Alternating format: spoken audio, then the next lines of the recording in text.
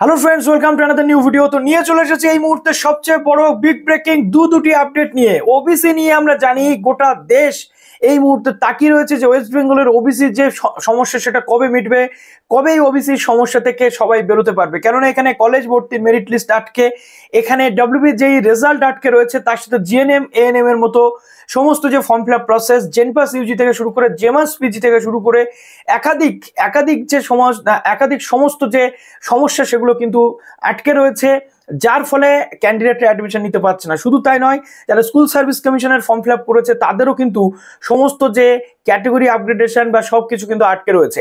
এখন আজকে পাখির চোখ ছিল কলকাতা হাইকোর্টের যে ফাইনাল হিয়ারিং এর কথা ছিল, সেই হিয়ারিং অবশেষে সেখানে কি তথ্য উঠে এলো সেটা শেয়ার করবো। তার সাথে সুপ্রিম কোর্টে যে একের পর এক ডেট চলছিল ওবিসি মামলার, যেটা মেন মামলা 2024, তার সাথে যেটা যে চ্যালেঞ্জ মামলা হয়েছিল ওবিসির, যেটা 140টা লিস্ট বাতিলকে কেন্দ্র করে এসএলপি ফাইল করা হয়েছিল রাজ্যের পক্ষ থেকে, সেখানে রাজ্যের পক্ষ থেকে দাঁড়ানো যে বিখ্যাত অ্যাডভোকেট কপিল সিব্বল, তার আজকের যে তথ্য উঠে আসে সেটা শেয়ার করবো সুপ্রিম কোর্টের, এবং অবশেষে সুপ্রিম কোর্টে ফাইনাল যে হিয়ারিং এর সেটা ডেট কিন্তু পাওয়া গেছে। তো চলো, যারা নতুন আছে অবশ্যই চ্যানেলটিকে সাবস্ক্রাইব করে পাশে থাকা বেল আইকনটি ক্লিক করে দিতে একদম ভুলো না, যাতে সমস্ত তথ্যগুলো তোমরা টাইম টু টাইম এখান থেকে পেয়ে যাও। এবং এই মুহূর্তে বিগ ব্রেকিং আপডেট দিচ্ছি বলে অবশ্যই এই ভিডিওটা প্রচুর লাইক করে এবং শেয়ার করতে ভুলো না। তো আজকে কলকাতা হাইকোর্টে কিন্তু ওবিসি রিলেটেড ফাইনাল হিয়ারিং হওয়ার কথা ছিল জাস্টিস তপব্রত চক্রবর্তী এবং জাস্টিস অনারেবল জাস্টিস রাজশেখর মানসার স্যারের বেঞ্চে।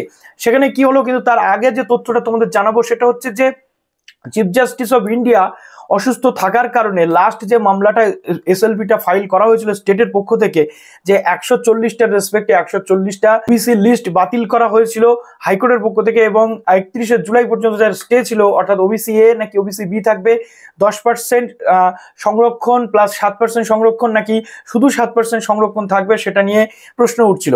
তো অবশেষে হাইকোর্টের আগেই কিন্তু সুপ্রিম কোর্টের এই যে বক্তব্য সেটা চলে এসছে।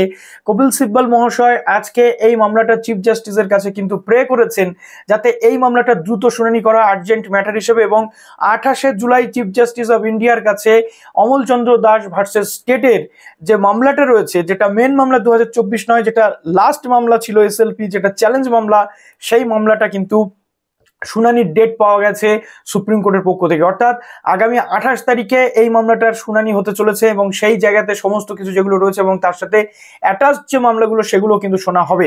এবার প্রশ্ন হচ্ছে যে আজকে হাইকোর্টে কি হলো। দেখো, হাইকোর্টের যেটা হয়, মূলত হাইকোর্ট সুপ্রিম কোর্ট কি করতে চলেছে, যেহেতু একই মামলা সেম মামলা দুটো জায়গাতে এই মুহূর্তে অ্যাপিল রয়েছে, তার কারণ হাইকোর্ট কিন্তু সুপ্রিম কোর্টের যে কি প্রসেস সেটা না জেনে কোনো মন্তব্য করবে না। আর আজকেও কিন্তু সেটাই হয়েছে।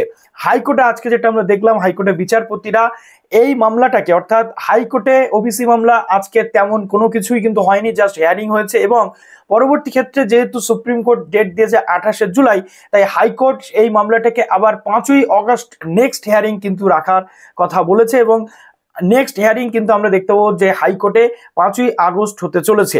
এবার প্রশ্ন হচ্ছে যে তাহলে কি 140টার যে স্টে ছিল হাইকোর্টে সেটা উঠে গেল? না, 140টা যে স্টে, অর্থাৎ যে ওবিসি বি রাখা যাবে না, 7% সংরক্ষণ দিতে হবে 2010-এর 66 জাতিকে নিয়ে, এবং তার সাথে যেটা 17% সংরক্ষণ দেওয়া যাবে না, সেই স্টেটা কিন্তু 31শে জুলাই থেকে বেড়ে এবার 31শে অগস্ট পর্যন্ত হয়ে গেল। অর্থাৎ 31শে অগস্ট পর্যন্ত যে রায় ছিল হাইকোর্টে সেটা বহাল থাকলো। এবার আমাদের সলিউশনের যে জায়গা সেটা হচ্ছে আগামী 28শে জুলাই দেখা যাক কি হতে চলেছে, 28শে জুলাই এই কেসটা কোন দিকে যেতে চলেছে।